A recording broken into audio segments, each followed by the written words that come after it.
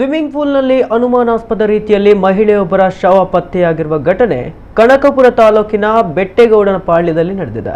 29 ವರ್ಷದ ಪ್ರತಿಭಾ ಮೃತ ಮಹಿಳೆ ಪ್ರತಿಮಾ ಹಾಗೂ ಪತಿ ಬಾಬು ಗ್ರಾಮದ ಹೊರವಲಯದಲ್ಲಿರೋ ತೋಟದ ಮನೆಯಲ್ಲಿ ವಾಸವಾಗಿದ್ರು. ಪ್ರತಿಮಾ ಬಾಬುಗೆ ಎರಡನೇ ಪತ್ನಿಯಾಗಿದ್ದು ದಂಪತಿಗೆ 2 ಮಕ್ಕಳಿದ್ದಾರೆ. ಕೌಟುಂಬಿಕ ಕಲಹದಿಂದ ಪತಿ ಬಾಬು ಪತ್ನಿಯನ್ನ ಹತ್ಯೆ ಮಾಡಿದ್ದಾನೆ ಎಂಬುದಾಗಿ ಪ್ರತಿಭಾ ಕುಟುಂಬಸ್ಥರು ಗಂಭೀರ ಆರೋಪ ಮಾಡಿದ್ದಾರೆ. ಕೋಡಿಹಳ್ಳಿ ಠಾಣೆಯಲ್ಲಿ ಪ್ರಕರಣ ದಾಖಲಾಗಿದ್ದು ಪೊಲೀಸರು ತನಿಖೆ ನಡೆಸ್ತಾ ಇದ್ದಾರೆ.